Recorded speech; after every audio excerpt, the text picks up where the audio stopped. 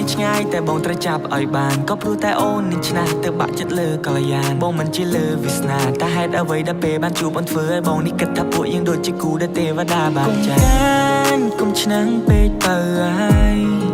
សម្រស់អូនឲ្យបងចាញ់បងក៏ញោះលេងព្រោះស្រឡាញ់ញោះលេងព្រោះតែខ្នាញ់នឹងអូនបងចង់ឲ្យគេផ្សេងឆ្ងាយស្រីបងខ្លាចថាពេលឆ្ងាយកាយពីថ្លៃឆ្ងាយដល់ហារតីបែរនឹងបែរជាបីហើយក៏បងត្រូវសោកទោះបីអូនឆ្នះបន្តិច and that the way she flex ហើយពេលដែលអូននឹងខឹងបែរដូងមក trying to fix and that the way you are អូនខុសពីគេទៅលើសម្រស់ហើយថែមទាំងចរិយា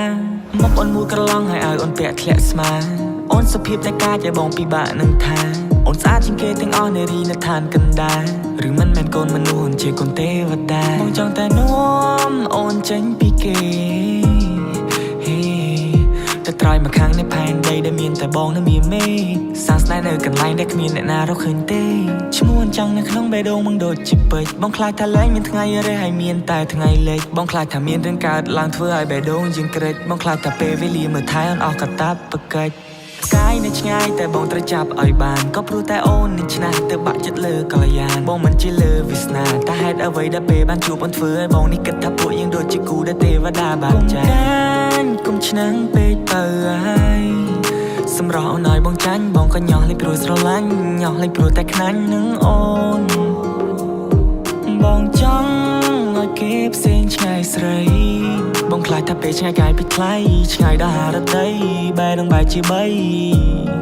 ហើយក៏បងត្រូវសោក